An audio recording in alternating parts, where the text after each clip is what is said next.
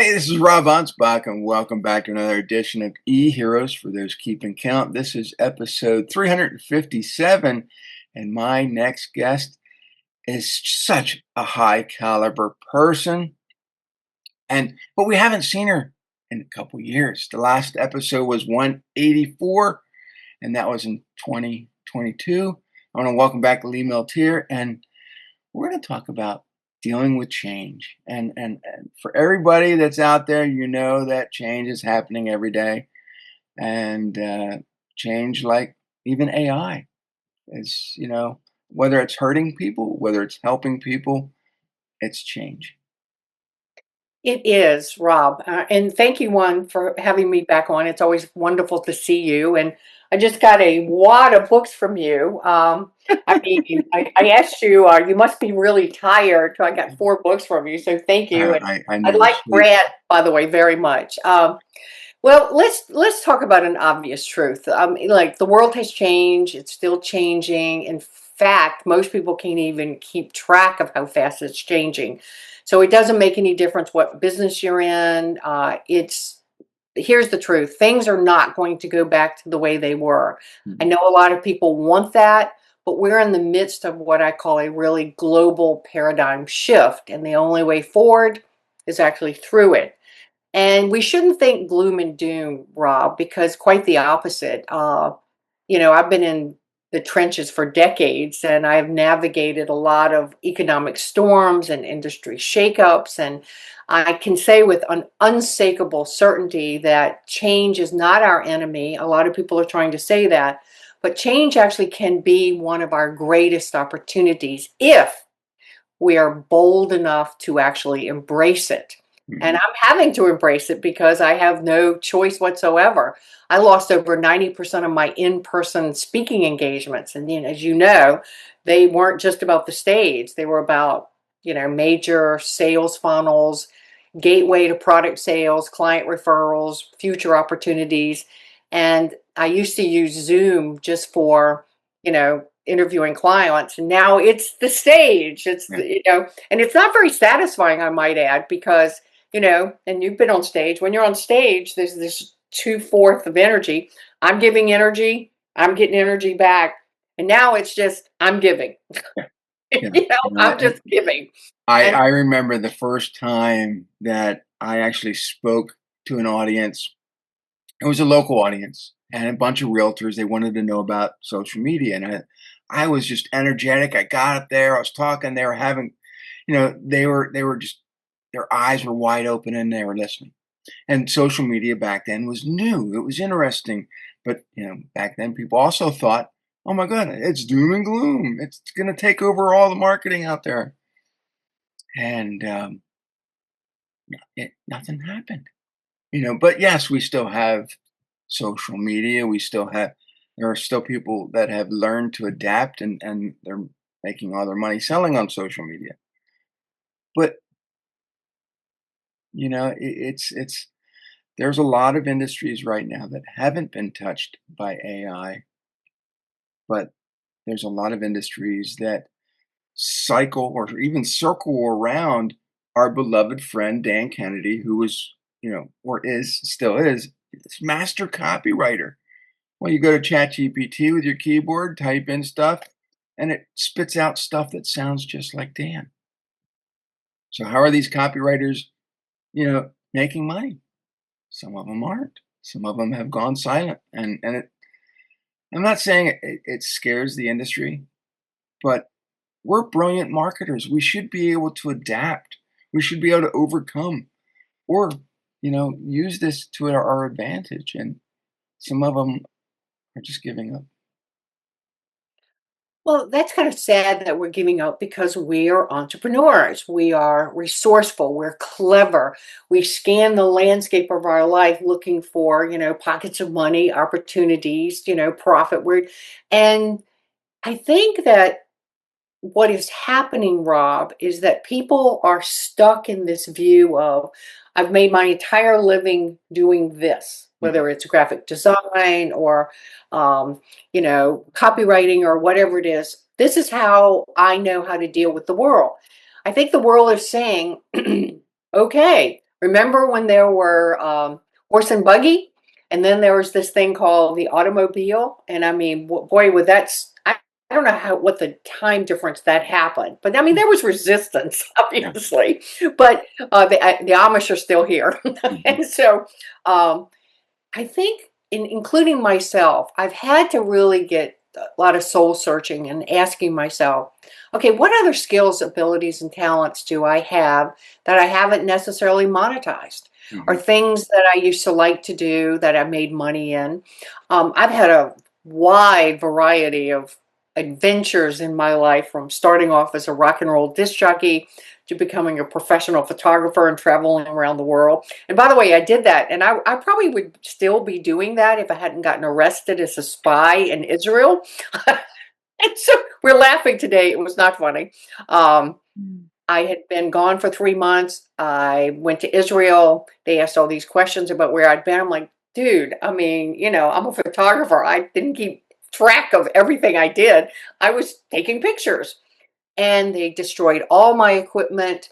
They completely ruined all the film. So the $25,000 I spent to do that trip, to go back. By the way, I was working for National Geographic. Wow. And so, I mean, I was the subcontractor, but I mean, I'm providing pictures, and it was fabulous. And then I'm actually in jail for 3 days, and I got treated like everybody in jail for 3 days. By the way, I was not special. I was treated very badly. And by the end of that, I came home from Israel, and I had no pictures. I lost my, they were pissed at me in New York because, they'd given me advance. I had to give them the advance back. And I'm like, oh my God, my whole life is just completely upside down. And so from that, I, struggled for a little while. And then I kept saying to myself, all right, what can I do well? What can I do well? And my father always used to say, you know, I'm confused by they're paying you, but you can talk and you're Mhm. a salesperson. So I ended up becoming a professional speaker. And to also share how stressful life can be, I had $1 million on the books when 9/11 happened, on contracts with Ford Global, AT&T, Walt Disney, NASA. I mean, all the biggies, huge contracts. Within 17 days, zero. And it never came back. And so I pretty much nagged Dan Kennedy to death, since he and I were friends, of, we have to have a new gig. We have to have a new gig. And we have to have a gig with money. Yeah. And it took a little while, but Dan actually came up with this great idea of what's Millionaire Smarts, which we've talked about before, which has become basically a coach for coaches, providing content, which I'm very good at. And it took me 8 years to build back up to that $1 million. Mhm. And now, okay, the pandemic, decided to, wipe out a lot of coaches. So I've had three big hits in my career of complete devastation. And I'm still here. And I Mhm. wake up in the morning and I say to myself, the landscape will not look in the future as it has in the past. Mhm. And I have multi-talented abilities, and I am flexible, and I am, once I get an idea, I move on it very fast because money likes speed. But I'm telling you, I have new things, on the plate for the future, because reality is, Rob, no one is guaranteed to continue to do the same thing. And that we are entrepreneurs. We have to be a little smarter and just get, more effective in our thoughts. Mhm. Um, I think that, that old serenity prayer thing is really good. God grant me the scenario, the kind of can't even say the word. God grant me the ability to accept the things I cannot change, the courage to change the things I can, and the wisdom to know the difference. We have to have some courage here. Right. So I have a couple of questions I can share with people, if you would like, about how Yeah. they might reframe a little bit. For example, when you meet these kind of adversities called AI or defeat or loss, So instead of asking, why is this happening? That's a very unresourceful question. Mhm. A better question to ask yourself is, what is the seed of opportunity in this channel, in this challenge? What is the seed of opportunity? How can I evolve through this? And what new skill, product, direction is going to be born out of this disruption? So, like for the copywriters, AI isn't going to take all of their business, but if you feel like if you feel afraid about that, then instead of feeling afraid, focus on all of your other skills that you can market and leverage. I'm going to say most copywriters have great deal of information in their head that could be used for something else. Mhm. Well, with me, I started out, teaching social media and search engine optimization, and I wrote the first book on social media called Share, and from that point I on, still have that book. the opportunities just came to me, and I would put out my own books, but I would also help people with their books, and I would partner with people to create new books, and 60 books in 12 years. I created that opportunity. Now, is AI going to take my book business away? Who knows? But I will continue to be out there sharing my stories, whether it be in books, whether it be in speaking, you know, there are so many stories out there that people have. That There's no reason that they can't be out there on stage sharing and teaching. That is absolutely true. And the other thing is, no matter how smart AI is, it's just mimicking what other people have already done. Mhm. And us as entrepreneurs, we have a wealth of experience that AI cannot duplicate. It absolutely cannot duplicate that. Your original stories, your emotion, your things like that. And I am noticing because I've dealt with a lot of people in life and they have newsletters. And so I get their newsletters and immediately I'm bored Mhm. because it's written by AI and it's trite. Yeah. It's actually talking to like an 8-year old. And I don't like that kind of content. I Mm. don't, I smell it, I read it, I see it. And I'm like, I'm repulsed by, if this is a newsletter coming from blah, blah, your ass should be writing that newsletter, Mhm. not, here's a couple of statements and please write this for me. You're insulting your clients actually doing that. Am I being too far? Am I going too far here? No, and there a lot of times what will happen is they'll instruct the AI to say something, whether it be a post, whether it be a newsletter, but they don't go further. They say, write it in the character of, write it, with emotion, and then it spits out, and they're like, oh, that's good enough. They don't even go through and read it. They don't edit it. They don't know anything that's on that piece of paper. See, You this know, is lazy. And this is why, if you're lazy, the people who are not lazy are going to whip you Mhm. every single time. Um, I used to do public seminars, and there were 99 other speakers on these tours who were all PhDs. Okay? I am the single only one without a PhD and have no intention of getting a PhD. Why should I? Because I'm more original. I use more story. I have the highest ratings, the highest sales for 6 solid years. They were so mad at me. They called me Queen Bitch, which was completely fine with me because I would actually go to these meetings with these other speakers and I'd say, here's the reason you're not getting good ratings. Mhm. You're talking about statistics. Nobody gives a damn about that. In our world, in the entrepreneurial world, they don't care. What they want is some true life experience that you've had that you can share with someone that will add to their repertoire of whatever they're looking for. And by the way, they never listened to me, and that was fine. And I still beat them by far. Every contest they had for 6 years, I won. Wow. Every single contest, which was trips to Vail, TVs, money. In fact, they stopped having the contest because they said, Queen Bitch is going to win.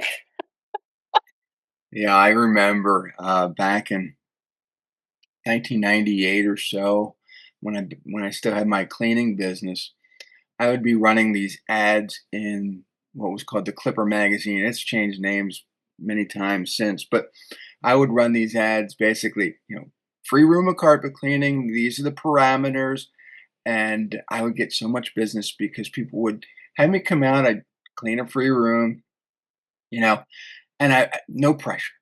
If they wanted more, I would give them an estimate for more, and I would get all this work. But the competitors, would call the magazine up and say, "He's giving service away. He can't do that. We can't do that. Why are you letting him do that?" And I guess enough of them complained that they said, "Rob, you can't run that ad anymore. It's anti-competitive." Wait a minute, who said you couldn't do that? The coupon magazine that I was running the marketing, and I was spending a lot of money. And so I said, "You know what? That's fine. I'm going to take all of my ads out. I'm going to save my money, and I'm going to target the neighborhoods that I really want to be in." And I would send direct postcards or letters, and I got better responses. I got better clients, and I didn't have to deal with the hassle of dealing with my competitors bitching. I love this story because the adversity that you were presented with, instead of make it, lemons, you made lemonade.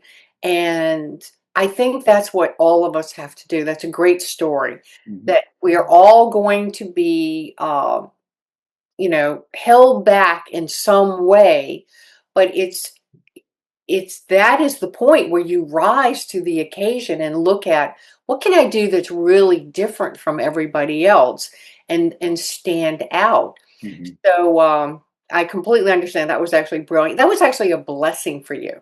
Yeah, and I did that for a couple more years, and the business prospered to enough that after 19 years of doing that, I sold the business. But here's the kicker: is that the person who bought my business didn't want to do any of the marketing that I had in place for years, didn't want to sell at the prices that I had, sold at, and I was probably 30-40% higher than my competitors. He wanted to keep his prices low because he thought that that was going to make him more money. In 6 months, he was out of business. Of course. And then he couldn't understand it. I said, "Dude, you didn't do what I told you to do." Okay, so this is another fascinating story because here you sold your business and you gave the guy the golden goose. Mhm. You gave him all the information about it, and he, in his perverted wisdom of following the crowd, thinking that thinking he knew what to do, he violated things that were clearly working. And if you look at it today, people that are following the crowd are those that are using AI as that next shiny object. They're thinking, "Oh wow, I can sell that." Or let me market that. Let me be an AI coach now because I can't be a crypto coach. I can't be, all those other things that those opportunities of the month that nobody bought for me, but now I can be an AI coach. Stop doing that. Stop being a copycat. Doesn't work. Well, yeah, I've tried to tell speakers for years because I've had a really good business, by the way, just analyzing people on stage. Um, By the way, you'll love this. One of the main things I say to someone who's getting on stage giving a speech and they're talking and talking, and here's my response: "Who cares? Whatever they say, who cares? Tell me why people care about that." Because you've got this in your speech. You're telling me this story about when you were 3 years old and this happened. How does this relate to anything that we're talking about? Mhm. It's like I was told to tell a personal story. I said, "We don't care. We do not care." And so, And what I typically do is yes, I have stories that I like to share with people, but if I'm going through and I talk to people before I even get up on stage, and I learn a little bit about them. their struggle, their frustration. Then I take that up on stage, and now it's relevant to at least one person, probably more because they're all there for, to deal with this problem. And now you got them hooked. Yes, absolutely. People are looking for solutions. So again, we all need to be asking ourselves, where are my skills and talents that I had? I wrote this book called Success is an Inside Job, and it's in its 12th printing. And I was told after I wrote this book, oh, nothing will happen with this book. And I'm like, I've made hundreds of thousands of dollars from this book just in speaking engagement. But in chapter 2 of the book, there's this whole thing about timelines and going back in your life as a child and figuring out the things that you did that were your natural instincts, that you did naturally, that you enjoyed. And I'm telling people today they should go back and look at that. They should go back and look at their life of what did you used to do before that you really loved, and then you kind of got caught with the entrepreneurial bug and you found a little niche and you kept going, but now that niche is being threatened in some way. To go back, I mean, all of us are born with massive abilities and talents. It's a matter of what are you doing to enhance those talents and abilities.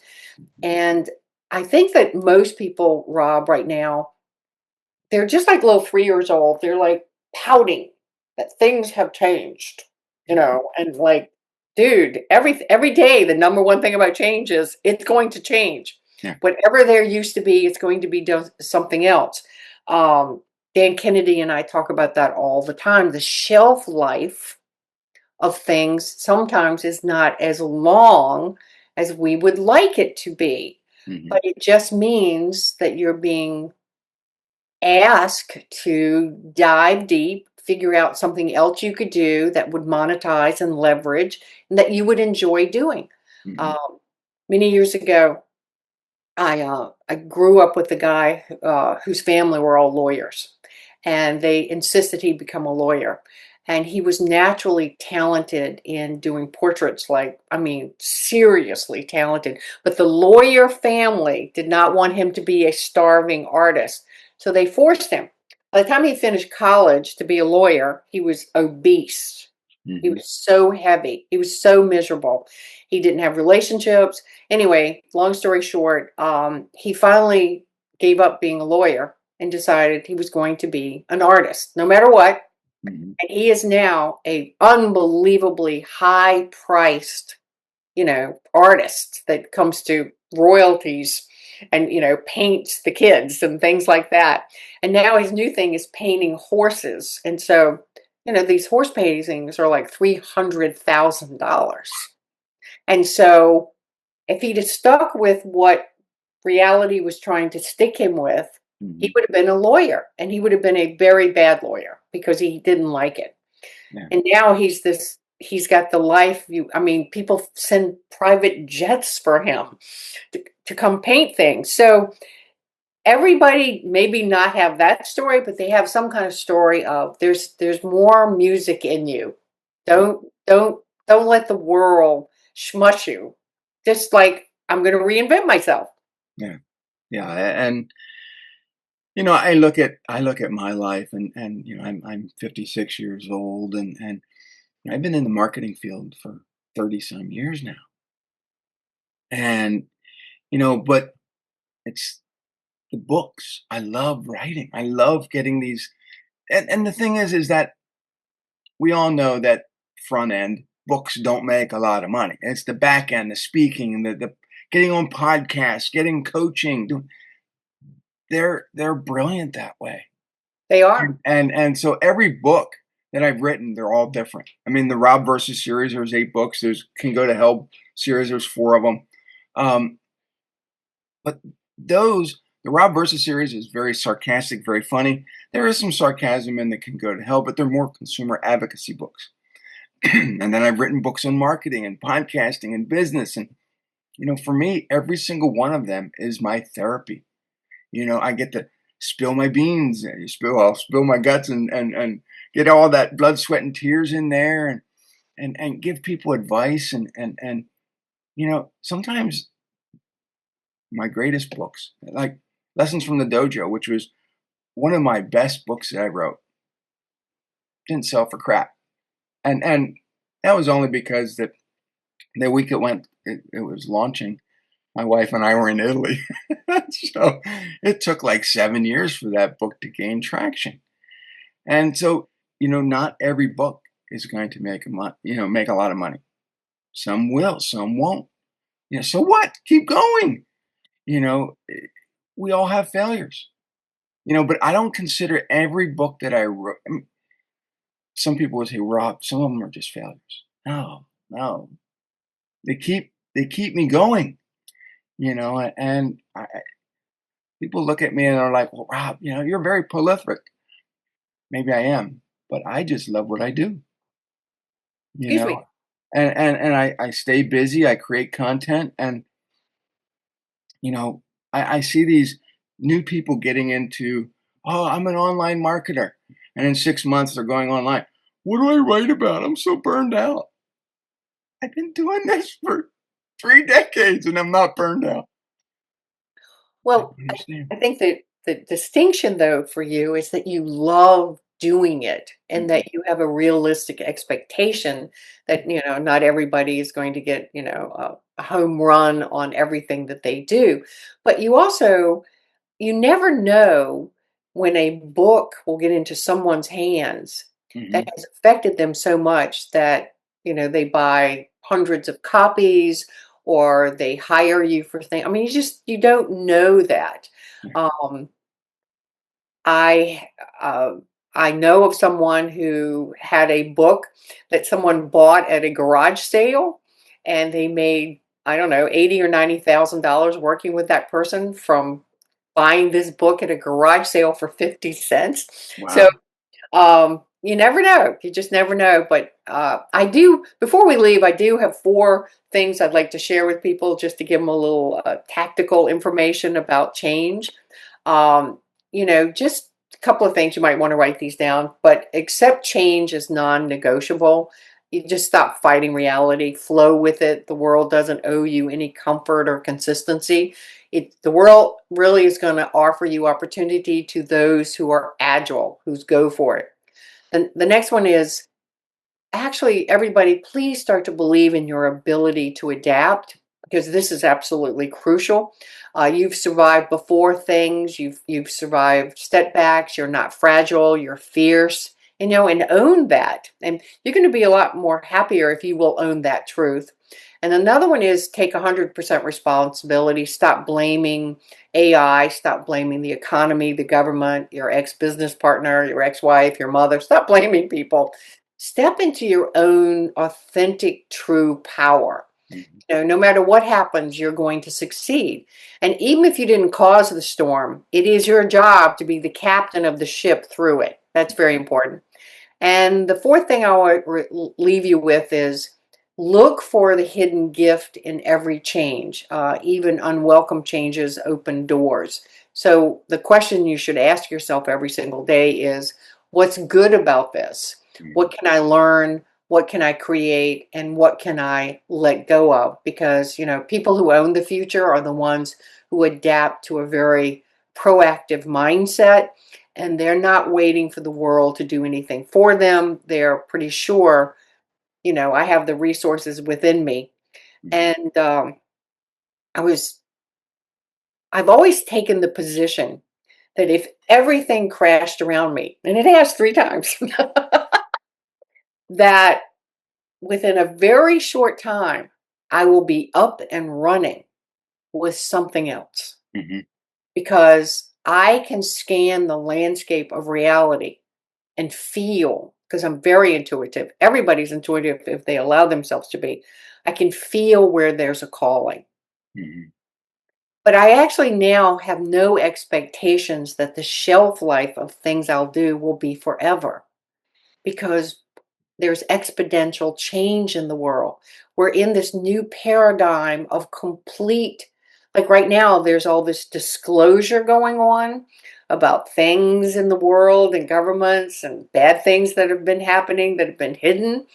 You don't think that's not going to cause a lot of new movies and TV shows and books because they're going to reflect, all this stuff, all these lies that have been hidden from us. Hmm. Your your author here, Brad, he's like the king of disclosing. Yeah.